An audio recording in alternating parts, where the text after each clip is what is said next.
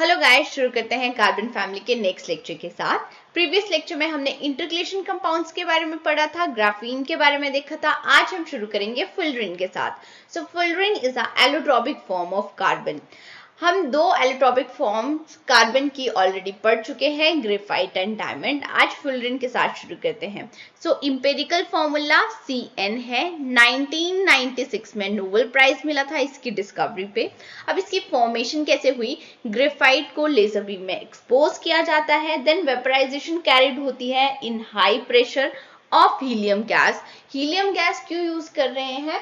क्योंकि इनर्ट है, किसी के साथ रिएक्ट नहीं करेगी। Then cooling by vacuum chamber, then formation होती है फुलरिन की। सो इंपेरिकल फॉर्मूला CN आया। N number of carbon atom है जो हमेशा इवन ही रहेंगे। ये कुछ एग्जांपल्स हैं। अब फुलरिन का जो स्ट्रक्चर होता है वो केज लाइक स्ट्रक्चर होता है, जिसमें पेंटागनल रिंग्स भी प्रेजेंट होती हैं और हेक्सागोनल रिंग्स भी प्रेजेंट होती हैं। सो फुलरिन का नाम एक्चुअली एक आर्किटेक्ट के नाम पे पड़ा है। बकमिंस्टर फुलर आर्किटेक्ट हैं जिनके नाम पे फुलरिन नाम पड़ा है। क्यों? क्योंकि उन्होंने एक डूम को इन्वेंट किया था जिसके स्ट्रक्चर में पेंटागोनल रिंग्स और हेक्सागोनल रिंग्स मींस उसका स्ट्रक्चर कुछ वैसा ही था, तो इसीलिए उसी स्ट्रक्चर को देखते हुए फुलरिन नाम पड़ा है। अब fullerene contain pentagonal rings and hexagonal rings.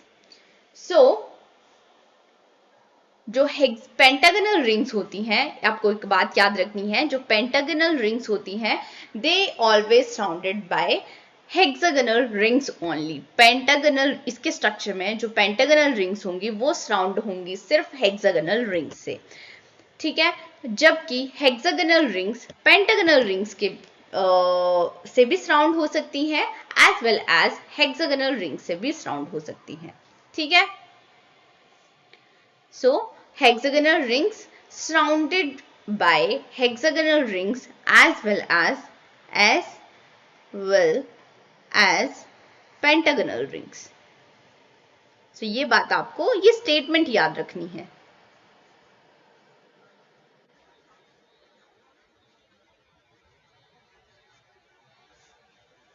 अब पेंटागोनल रिंग्स हमेशा फिक्स्ड रहेंगी, चाहे C60 है, C70 है, C76 फुलरिन है। सो इसमें पेंटागोनल रिंग्स हमेशा फिक्स्ड रहेंगी, मींस 12 रहेंगी ये। जबकि हेक्सागोनल रिंग्स चेंज होती रहती हैं और उसके लिए एक फॉर्मूला है, फॉर्मूला लगा के हम फाइंड आउट कर सकते हैं, ठीक है। और ये फॉर्मूला आता है आपके पास n/2 -10। n number of carbon atom है। सो हम जल्दी से अब पेंटागोनल रिंग्स और हेक्सागोनल रिंग्स फाइंड आउट कर लेते हैं। ये आपके पास एग्जांपल आए। C60 पेंटागोनल रिंग्स तो 12 ही होंगी। हेक्सागोनल रिंग्स के लिए फॉर्मूला n/2, n आपके पास 60 है, डिवाइडेड बाय 2 -10 आया, 30 - 10 which is equal to 20। Next C70 में भी पेंटागोनल रिंग्स तो फिक्स्ड ही रहेंगी। ये 70 divided by 2 that is 35 -10 which is equal to 25। यहाँ पे पेंटागोनल रिंग्स तो फिक्स्ड, हेक्सागोनल रिंग्स के लिए 76 डिवाइडेड बाय 2 जो कि आपके पास आएगा 38 -10 which is equal to 28 hexagonal rings होंगी। अब यहाँ पे 12 ही रहेंगी और 78 डिवाइडेड बाय 2 ये आ जाएगा आपके पास 39 -10, तो ये हो जाएगा 29 रिंग्स। देन यहाँ पे पेंटागोनल रिंग्स 12, 80 डिवाइडेड बाय 2 40, 40 -10, 40 -10 30 आ गया। लाइकवाइज यहाँ पे 12 और 45 डिवाइडेड बाय 45 -10 होगा विच इज इक्वल टू 35।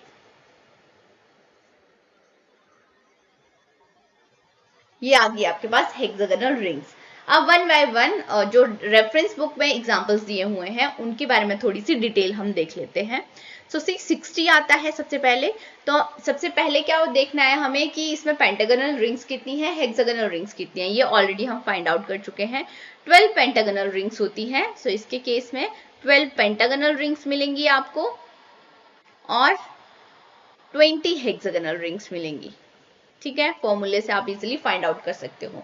अब यहाँ पे देखो ये हेक्सागोनल रिंग्स है। अब इसके सराउंडिंग में देखो आपको एक हेक्सागोनल रिंग भी मिल रही है और पेंटागोनल रिंग भी मिल रही है, जबकि पेंटागोनल रिंग के सराउंडिंग में आपको हमेशा ही हेक्सागोनल रिंग्स ही मिलेंगी। नेक्स्ट, सारे कार्बन एटम sp2 हाइब्रिडाइज्ड है, प्लेनर स्ट्रक्चर होगा। अब ये अगर इसके एरोमेटिसिटी की बात करी जाए तो ये एरोमेटिक है, बट उतना ज्यादा एरोमेटिक नहीं है। ग्रेफाइट जितना ज्यादा एरोमेटिक होता है उतना ज्यादा एरोमेटिक नहीं है। Not a super aromatic due to presence of localized double bond. अब ये वाला डबल बॉन्ड जो है ये लोकलाइज है, एरोमेटिसिटी के लिए डीलोकलाइजेशन होनी चाहिए प्रॉपर। सो ये वाला बॉन्ड लोकलाइज्ड है जिसकी वजह से एरोमेटिक कैरेक्टर डिक्रीज होता है। 2 types of C double bond C are present. So आप देख सकते हो एक तो लोकलाइज्ड है, एक डिलोकलाइज्ड है। अब या फिर ये बोल सकते हो कि एक पेंटागोनल रिंग में प्रेजेंट होगा या फिर हेक्सागोनल रिंग में प्रेजेंट होगा। आई थिंक लोकलाइज्ड और डिलोकलाइज्ड वाला अच्छे से डिस्टिंग्विश कर रहा है। तो 2 टाइप्स के C double bond C present होते हैं। सारे कार्बन एटम का इन्वायरमेंट C60 के केस में सेम है। ठीक है, सो सारे कार्बन एटम का इन्वायरमेंट C60 फुलरिन के केस में सेम रहता है।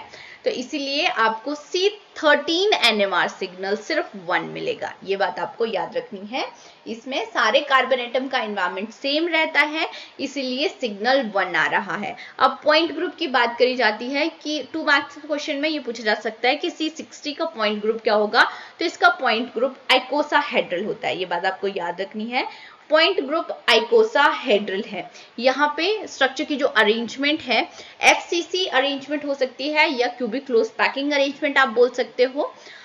इसमें जिसमें कि ऑक्टाहेड्रल साइट भी प्रेजेंट होगी और टेट्राहेड्रल साइट्स भी प्रेजेंट होगी। अब C60 फुल रिंग डिसॉल्व होता है सिर्फ ऑर्गेनिक सॉल्वेंट्स में। किसमें डिसॉल्व होता है? ऑर्गेनिक सॉल्वेंट में डिसॉल्व होता है, लाइक क्लोरोबेंजीन आ गया या फिर टोलुइन आया। अब ये ऑर्गेनिक सॉल्वेंट में डिसॉल्व हो रहा है जिसकी वजह से चार्ज ट्रांसफर स्पेक्ट्रा शो करेगा और कलर शो करता है मैजेंटा कलर का। सो ये सब कुछ C60 के बारे में इंफॉर्मेशन है जितना कि आपको पता होना चाहिए। अब नेक्स्ट हम C70 के बारे में देखेंगे। C70 shows resemblance of rugby ball. So अगर C60 की बात करी जाए तो C60 बकी बॉल्स की तरह दिखता है, ठीक है, जबकि C70 रग्बी बॉल की तरह रिजेंबल करता है। अब इसमें अगेन आप सबसे पहले क्या लिखना होगा आपको, पेंटागोनल रिंग्स कितनी होंगी? पेंटागोनल रिंग्स तो हमेशा 12 रहेंगी और hexagonal rings n/2 - 10 which is 25 आएगा। यहाँ पे अगेन 2 टाइप्स के C double bond C bond present होते हैं। अब इसमें C60 और C70 में क्या बात डिफरेंट है, ये बात आपको याद रखनी है कि इसमें सारे कार्बन एटम का इन्वायरमेंट सेम नहीं होता है। एक और बात है, एक तो एलिप्सोइडल स्ट्रक्चर होता है, नेचर होता है, सारे कार्बन एटम एक जैसे नहीं होते। और C13 NMR सिग्नल्स यहाँ पे 5 मिलते हैं, ठीक है। तो मेन बात क्या है, C13 NMR सिग्नल्स C70 के केस में 5 मिल रहे हैं। इसमें सिग्मा H प्रेजेंट है, इसका पॉइंट ग्रुप D5H होगा, ठीक है, पॉइंट ग्रुप D5H होगा।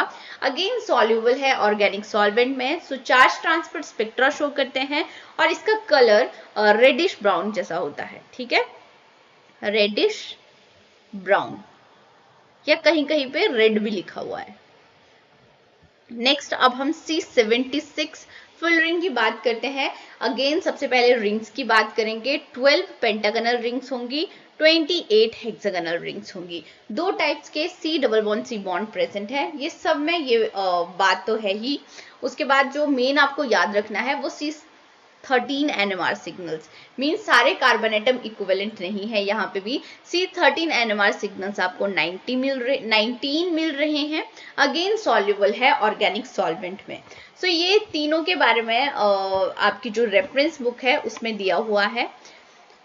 अब इसमें जो मेन बातें हैं इसका मैंने एक चार्ट बनाया हुआ है, ये आप याद रख लो।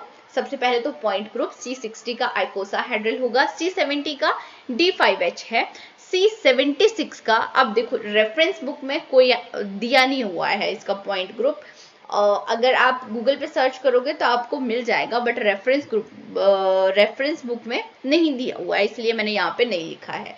C13 NMR सिग्नल्स की बात करी जाए तो C60 के केस में 1, C70 के केस में 5 एंड C76 के केस में 19 सिग्नल मिलते हैं। 2 मार्क्स के क्वेश्चन में ये पूछा जा सकता है। हेक्सागोनल रिंग्स अगेन आप फॉर्मूले से फाइंड आउट कर सकते हो इजिली, n/2 - 10। ठीक है, सो ये मेन पॉइंट्स थे याद रखने वाले। अब इसके बाद एक और बात पॉइंट है कि C60 और C70 फुल रिंग्स को सेपरेट करने के लिए क्रोमेटोग्राफी टेक्निक यूज करी जाती है। सो C60 C70 फुल रिंग को सेपरेट करने के लिए क्रोमेटोग्राफी टेक्निक यूज करी जाती है। अब हम रिएक्टिविटी देखेंगे। सो डायमंड के साथ हमने कोई भी रिएक्शंस नहीं देखी थी। ग्रेफाइट के साथ हमने रिएक्शंस देखी थी, मेटल्स के साथ रिएक्शन देखी थी, हैलाइड्स के साथ रिएक्शंस देखी थी, ऑक्सीजन के साथ रिएक्शंस देखी थी, इंटरकलेशन कंपाउंड्स फॉर्म हो रहे थे। लाइकवाइज अब हम फुलरिन की रिएक्शन देखेंगे। सो रिएक्टिविटी ऑफ फुलरिन की रिएक्टिविटी ज्यादा होती है एज कंपेयर टू जो 3 एलोट्रॉप्स की मैं बात कर रही हूँ, ग्रेफाइट, डायमंड एंड फुलरिन में। सो अगर इनका कंपैरिजन किया जाए तो फुलरिन की सबसे ज्यादा रिएक्टिविटी होती है। क्यों रिएक्टिविटी है ज्यादा है? क्योंकि इसके केस में लोकलाइज्ड बॉन्ड प्रेजेंट होते हैं। ठीक है, लोकलाइज्ड बॉन्ड प्रेजेंट होने की वजह से ही इसकी रिएक्टिविटी ज्यादा है। तो रिएक्टिविटी का ऑर्डर, यहाँ पे हम रिएक्टिविटी का ऑर्डर लिखते हैं। सो फुलरिन की सबसे ज्यादा होगी, उस पर ग्रेफाइट की होगी, और डायमंड लीस्ट रिएक्टिव है क्योंकि इसमें पाई बॉन्ड प्रेजेंट नहीं होता। अब इसके स्ट्रक्चर जो बेसिक सा यूनिट है ये हमने देखा है, ये आपके पास आ रहा है लोकलाइज्ड बॉन्ड। ये आपके पास लोकल जो भी रिएक्शन होगी मतलब इसी बॉन्ड पे रिएक्शन होंगी। ठीक है, सो एडिशन रिएक्शन शो करता है फुलरिन। डिफरेंट टाइप की रिएक्शंस हैं। सो ये मेनली 8 टाइप की रिएक्शंस हम डिस्कस करेंगे आज। Halogenation reaction, cycloaddition reaction, अब इसके केस में 4+2 साइक्लो एडिशन भी होती है एंड 2+2 साइक्लो एडिशन भी होती है। पेरिसाइक्लिक में इसके बारे में डिटेल में हम पढ़ेंगे। 4+2 cycloaddition reactions and 2+2 cyclo addition reactions with carbene। so fullerene carbene के साथ रिएक्शन करते हैं। अब fullerene में पाई बॉन्ड प्रेजेंट है, दैट मींस ये न्यूक्लियोफाइल की तरह एक्ट करेगा, और कार्बिन यहाँ पे इलेक्ट्रोफाइल की तरह एक्ट करता है। ठीक है, next reaction with metal in presence of liquid ammonia. So metal sodium हो सकता है, सीजियम हो सकता है, इसको हम बर्च रिडक्शन भी बोलते हैं।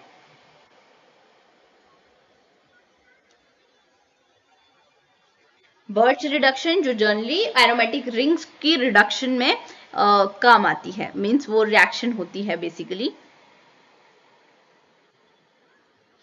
इपॉक्सीडेशन रिएक्शन, O2 के साथ रिएक्शन होगी या फिर O3 के साथ रिएक्शन होगी, डिफरेंट टेम्परेचर पे रिएक्शंस होती हैं। उसके बाद बिलिंग रिएक्शन है। देन आपके पास रिएक्शन विद OSO4 के साथ in presence of pyridine, complex formation reaction. 1 by 1 हम इनको डिटेल में पढ़ेंगे। ठीक है, सबसे पहले आती है हमारे पास हेलोजिनेशन रिएक्शन। सो C60 की रिएक्शंस हो रही है क्लोरीन के साथ एंड ब्रोमीन के साथ। देखो टेम्परेचर की कंडीशन अलग होंगी और उसी के हिसाब से आपको प्रोडक्ट्स मिलते हैं। तो अगर क्लोरीन के साथ रिएक्शन हो रही है तो C60CN, N क्या है? Number of chlorines. So N यहाँ पे 6 भी हो सकता है और 24 भी हो सकता है। तो ये दो कंपाउंड हमें मिलते हैं C60 की रिएक्शन जब क्लोरीन के साथ होती है हीटिंग कंडीशन में। उसके बाद C60 की रिएक्शन ब्रोमीन के साथ हो रही है, तब आपको डिफरेंट कंपाउंड्स मिल सकते हैं। C60Br8, C60Br24, C60Br36। Again temperature की कंडीशन के ऊपर डिपेंड करता है। जो Br8 है ये 298 केल्विन टेम्परेचर पे मिलता है। उसके बाद अगर हम टेम्परेचर को वेरी करें तो ये वाला कंपाउंड भी मिल सकता है और ये वाला कंपाउंड भी मिल सकता है। अब यहाँ पे मेन बात जो याद रखने वाली है कि C60 फुल रिंग जो है ये डबल बॉन्ड प्रेजेंट होते हैं, that means sp2 hybridised carbon present है, तो ये प्लेनर होगा। बट अगर हम यहाँ पे ये जो कंपाउंड की फॉर्मेशन हो रही है, अब इसमें sp इसमें बोट या चेयर फॉर्म मिलती है हमें,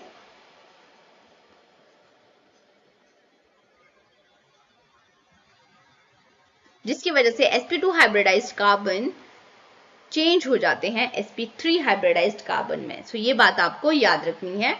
सो C60 की रिएक्शन F2 के साथ हो रही है 298 केल्विन टेम्परेचर पे, तब आपको मिलेगा C60 F48।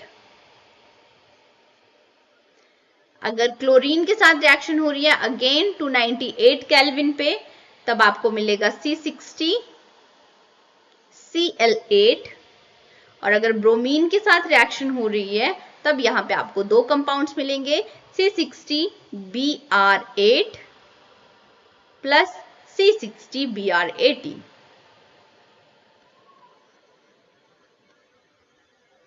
NAF के साथ भी रिएक्शन हो सकती है और आपको कंपाउंड मिलेगा C60FN।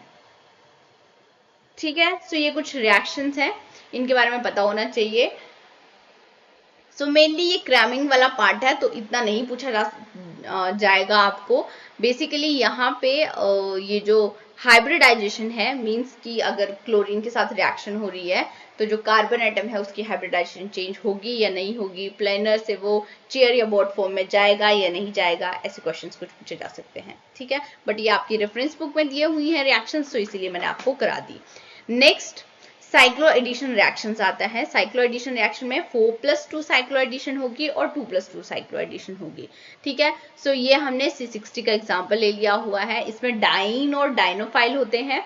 So dine and dienophile इन सब के बारे में हम अच्छे से पढ़ेंगे। पेरिसाइक्लिक रिएक्शंस जब देखेंगे तो वहां पे जनरली डाइन इलेक्ट्रॉन रिच होता है, मींस ये डाइन की तरह बिहेव करेगा एंड ये डाइनोफाइल की तरह।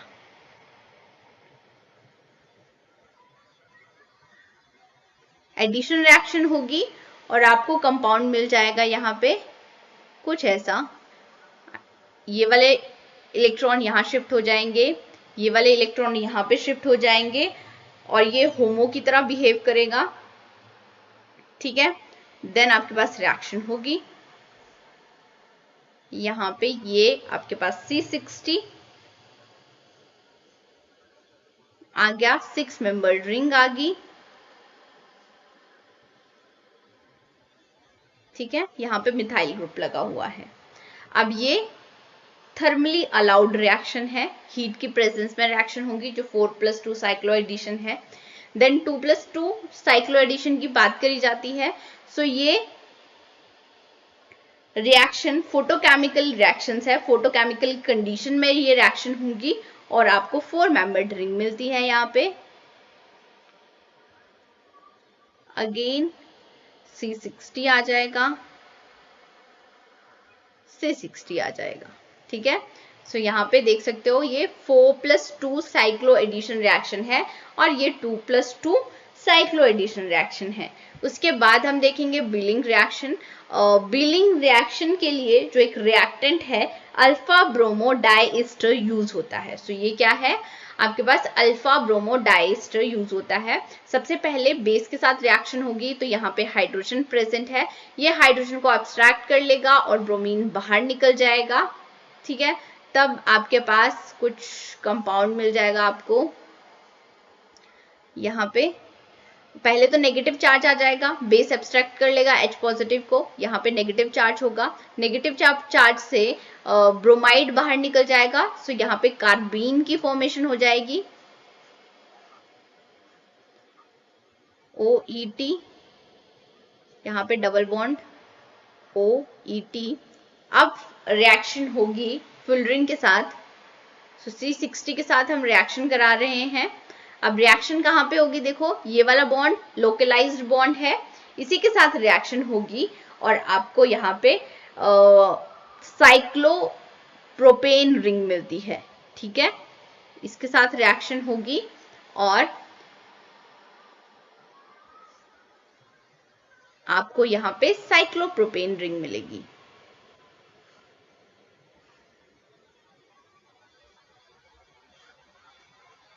Double bond O, OET and double bond O, OET। So next आता है रिएक्शन विद कार्बीन। सबसे पहले हम देखेंगे कार्बीन की फॉर्मेशन कैसे हो रही है। सो अगर मैं ओपन करके लिखूँ ये स्ट्रक्चर फर्स्ट रिएक्शन में, सो यहाँ पे आपके पास हाइड्रोजन है, then nitrogen, triple bond nitrogen, इसके ऊपर पॉजिटिव चार्ज होगा, यहाँ पे नेगेटिव चार्ज होगा। अब फोटोकेमिकल कंडीशंस आपको दी हुई होंगी, तो N2 is a very good leaving group. यहाँ से ये इलेक्ट्रॉन्स लेके बाहर निकल जाएगा। अब ये इलेक्ट्रॉन रिच है ये वाला कार्बन, सो आपको यहाँ पे कार्बिन की फॉर्मेशन होती है, ठीक है। कार्बिन इज इलेक्ट्रॉन डेफिशिएंट स्पीसीज। ये एक न्यूट्रल स्पीसीज है, इलेक्ट्रॉन डेफिशिएंट है तो इलेक्ट्रोफाइल की तरह एक्ट कर सकती है। सो यहाँ पे आपके पास आ गया फॉर्मेशन हुई कार्बीन की। लाइकवाइज यहाँ पे भी आर भी आ सकता है कुछ भी। अब हम रिएक्शन करा रहे हैं फुलरिन के साथ। सो ये हमने कार्बीन ले लिया। अब रिएक्शन हेक्सागोनल रिंग पे ये जो लोकलाइज्ड बॉन्ड है इसी के ऊपर रिएक्शन होगी और प्रोडक्ट कुछ ऐसा मिल जाएगा।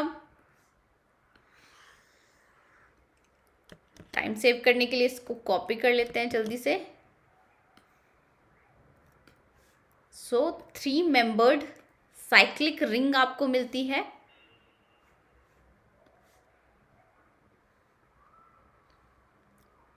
कार्बन आर आ जाएगा, ठीक है। सो ये आ गया आपके पास प्रोडक्ट। नेक्स्ट आती है बर्च रिडक्शन। सो रिएक्शन हो रही है फुलरिन की in presence of liquid ammonia sodium के साथ। सो बर्च रिडक्शन में बेसिकली एरोमेटिक रिंग्स की रिडक्शन करी जाती है। यहाँ पे हमें देखो सोडियम मेटल कोई भी लिया जा सकता है, सोडियम भी आ सकता है, सीजियम भी हो सकता है, पोटाशियम भी हो सकता है। सो यहाँ पे मैं मेटल ही लिख देती हूँ, M पॉजिटिव C60 नेगेटिव फुलराइड की फॉर्मेशन होती है इसमें, ठीक है। अब डिफरेंट फुलराइड होते हैं। सो उनको 2 कैटेगरीज में डिवाइड किया गया है। एक पैरामैग्नेटिक फुलराइड है और डायमैग्नेटिक फुलराइड है। सो पैरामैग्नेटिक फुलराइड में example M3 positive C63 negative वाले आते हैं और डायमैग्नेटिक में आप M6 पॉजिटिव C66 नेगेटिव वाले एग्जाम्पल्स आते हैं। तो इसको मैंने कैसे याद किया था कि यहाँ पे देखो मेटल 3 है, ऑड है, तो पैरामैग्नेटिक, ठीक है। यहाँ पे मेटल 6 है, इवन है, तो ये डायमैग्नेटिक के एग्जाम्पल्स होंगे। सो हम एग्जाम्पल्स लिख सकते हैं खुद से। आपके पास आ जाएगा जैसे K3 पॉजिटिव C63 नेगेटिव आ जाएगा। Likewise RB3 positive C63 negative आ जाएगा। लाइकवाइज सीजियम आ सकता है, सोडियम आ सकता है। सो ये सारे एग्जाम्पल्स आ गए आपके पास पैरामैग्नेटिक फुलराइड के। सो डायमैग्नेटिक फुलराइड में आप यहाँ पे 6 लिख दो, पॉजिटिव आ जाएगा, C66 नेगेटिव आ जाएगा। सो वैसे ही आप सीजियम 6 पॉजिटिव C66 नेगेटिव आ जाएगा। सो ये एग्जाम्पल्स आ गए डायमैग्नेटिक फुलराइड के। अब हमने इनकी कंडक्टिविटी देखनी है। सो पैरामैग्नेटिक फुलराइड्स ये कंडक्टर होते हैं और सर्टेन टेम्परेचर पे सुपर कंडक्टर की तरह भी बिहेव कर सकते हैं। सो ये क्या है, ये सुपर कंडक्टर की तरह भी बिहेव कर सकते हैं। सुपर कंडक्टर बिहेव करते हैं बट एट क्रिटिकल टेम्परेचर,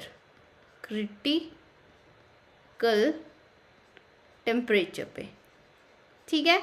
सो अगर मैं एग्जांपल लेके बताऊं तो K3 positive C63 negative 19 kelvin, मतलब बहुत ही थोड़े टेम्परेचर पे सुपर कंडक्टर की तरह बिहेव करता है। और caesium 3 positive C63 negative 33 kelvin पे सुपरकंडक्टर की तरह बिहेव करता है। और M6 पॉजिटिव, ये जो डायमैग्नेटिक फ्लोराइड हैं, ये इंसुलेटर की तरह बिहेव करते हैं। ठीक है, ये इंसुलेटर की तरह बिहेव करते हैं। नेक्स्ट आती है हमारे पास इपॉक्सीडेशन। यहाँ पे हम O3 के साथ भी रिएक्शन कर सकते हैं सर्टेन टेम्परेचर पे, और O2 के साथ भी रिएक्शन कर सकते हैं। सो अगेन O2 के साथ रिएक्शन करेंगे, इपॉक्साइड की फॉर्मेशन होती है। यहाँ पे ऑक्सीजन आ जाएगा और यहाँ पे ऑक्सीजन आ जाएगा। ठीक है, 298 केल्विन टेम्परेचर पे हम ये रिएक्शन करा रहे हैं। जब O3 257 केल्विन के साथ रिएक्शन होगी तो सबसे पहले ओजोनाइट मिलता है आपको, यहाँ पे ऑक्सीजन आ जाएगा। ऑक्सीजन, देखो जो भी रिएक्शंस होंगी ये जो हेक्सागोनल रिंग्स पे लोकलाइज्ड बॉन्ड होगा उसी के ऊपर होंगी। ठीक है,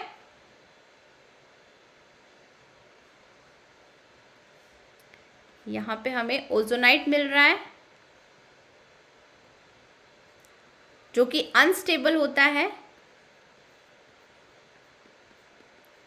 और अगर इसको हीट करते हैं हम अगेन 298 केल्विन टेम्परेचर पे, तब आपको सेम प्रोडक्ट मिलेगा, इपॉक्साइड मिल जाएगा, और साथ में यहाँ पे as a by product oxygen मिलता है। अब ये बात आपको याद रखनी है कि ये ऑक्सीजन सिंगलेट ऑक्सीजन है। सो ये क्वेश्चन स्टेटमेंट की टर्म्स में पूछा जाता है कि जो बाय प्रोडक्ट आपको मिलेगा उसका डायटोमिक टर्म सिंबल लिख के बताओ। सो ये अब सिंगलेट ऑक्सीजन है और इसी के अकॉर्डिंग आप डायटोमिक टर्म सिंबल लिख के बताओगे। ठीक है, अब नेक्स्ट आती है reactions with OSO4 in presence of pyridine। सो यहाँ पे अगेन इसी बॉन्ड के साथ रिएक्शन होगी जो कि लोकलाइज्ड है हेक्सागोनल रिंग में। यहाँ पे भी आपको ऑक्सीजन आ जाएगा, ऑक्सीजन आ जाएगा, ओस्मियम आ गया, pyridine की प्रेजेंस में रिएक्शन हो रही है। सो ये आपके पास प्रोडक्ट आ गया। नेक्स्ट रिएक्शन करनी है हमने कॉम्प्लेक्स फॉर्मेशन रिएक्शंस। सो सबसे पहले तो कॉम्प्लेक्स फॉर्मेशन रिएक्शन में आपको ये पता होना चाहिए कि फुलरिन की हेप्टासिटी क्या होती है। प्रीवियस ईयर नहीं, CSIR नेट के एक क्वेश्चन एग्जाम में ये क्वेश्चन पूछा गया था कि C60 की हेप्टासिटी क्या है, तो यहाँ पे हेप्टासिटी होगी 2। ठीक है, हेप्टासिटी 2 है क्योंकि ये वाला जो बॉन्ड है यही रिएक्शंस कर रहा है। सो इसीलिए हम C60 को नीटा 2 लिखते हैं। मीन्स ये 2 इलेक्ट्रॉन डोनर है। ये क्या है? 2 इलेक्ट्रॉन डोनर। सो जब भी रिएक्शंस होंगी तो सबसे पहले हमने बेस्का कॉम्प्लेक्स के साथ रिएक्शन कराई है। ऑर्गेनिक मेटालिक केमिस्ट्री में इसको हम डिटेल में पढ़ेंगे। तो रिएक्शन में क्या होगा, 2 इलेक्ट्रॉन डोनर है, सो ये आपके पास आ जाएगा IR CO, Cl यहाँ से बाहर निकल जाएगा, नीटा 2 C60 आ जाएगा,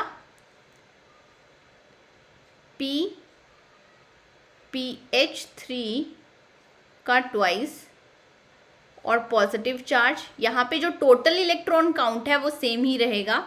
यहाँ पे total electron count 16 electron species है, सो यहाँ पे भी ये 16 इलेक्ट्रॉन्स ही रहेंगे स्क्वायर प्लेनर। अगर इस वेस्का कॉम्प्लेक्स की बात करी जाए सो ये स्क्वायर प्लेनर है, डायमैग्नेटिक होता है। ठीक है, सो इलेक्ट्रॉन काउंट चेंज नहीं होगा आफ्टर रिएक्शन। अब यहाँ पे ये नेक्स्ट रिएक्शन हो रही है, यहाँ पे देखो ये इजीली सब्स्टिट्यूट कर देगा।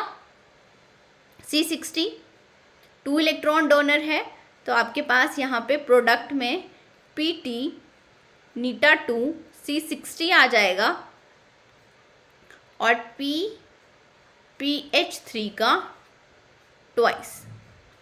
सो ये कॉम्प्लेक्स फॉर्मेशन हो रही है। नेक्स्ट हम G सॉल्ट के साथ भी इसकी रिएक्शन करा सकते हैं।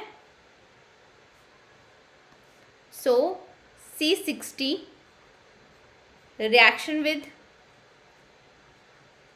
neta2 C2H4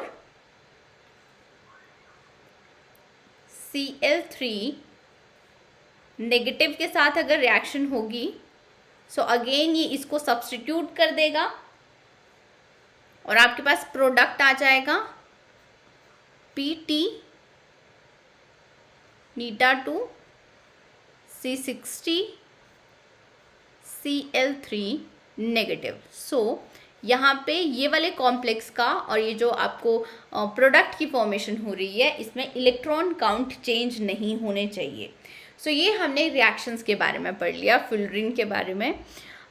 आई होप आपको ये लेक्चर अच्छा लगा हो। Do share, like and subscribe my channel. Thank you guys.